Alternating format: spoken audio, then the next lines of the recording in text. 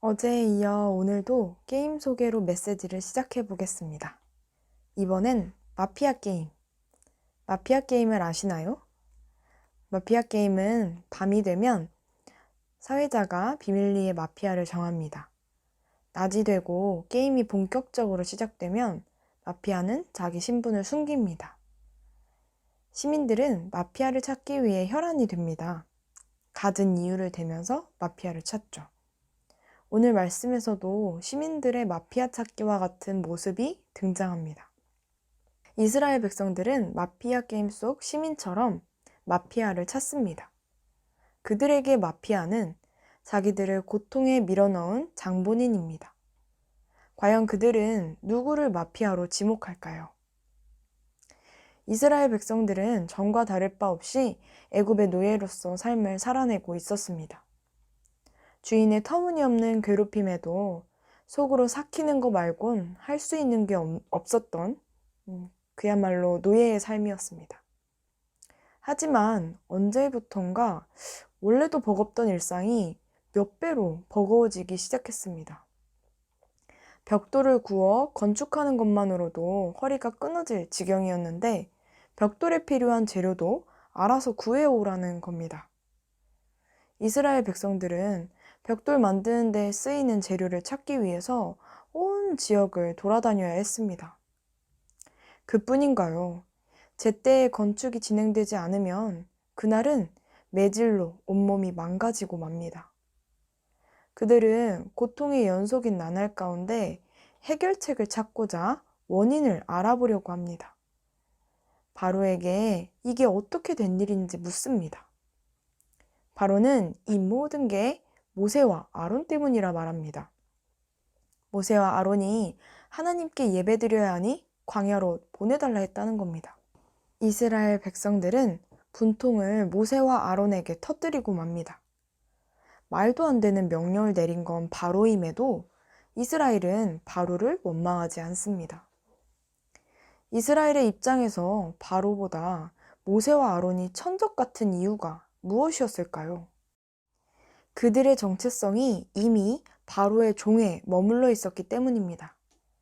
그들은 바로 앞에 나아가 스스로를 당신의 종이라 칭합니다. 말 그대로 바로의 종이라는 정체성을 가졌기에 바로가 그들에게 행하는 일들 자체가 정의였습니다. 그러기에 바로의 천적은 곧 나의 천적이다 라는 기적의 논리가 형성되어 버렸습니다. 바로의 심기를 건드리지만 않았어도 내게 불똥이 튀진 않았을 거라 생각하며 원망했을 겁니다. 하나님께서 이스라엘에게 하셨던 약속의 말씀을 따라 이 사건을 살펴봅시다.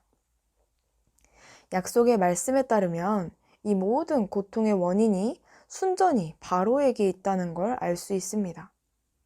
사실상 마피아는 바로였던 겁니다. 하나님께서는 아브라함에게 이스라엘의 미래를 얘기하셨었습니다. 이스라엘이 애굽의 객으로 섬기다가 하나님의 이끄심으로 탈출하게 되리라 말씀하셨습니다.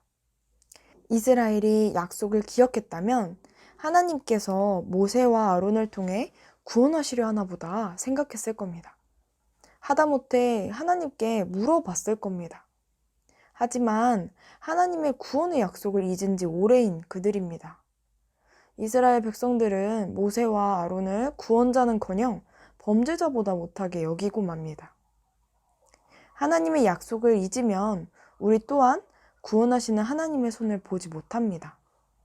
오히려 구원하시는 하나님을 원망합니다.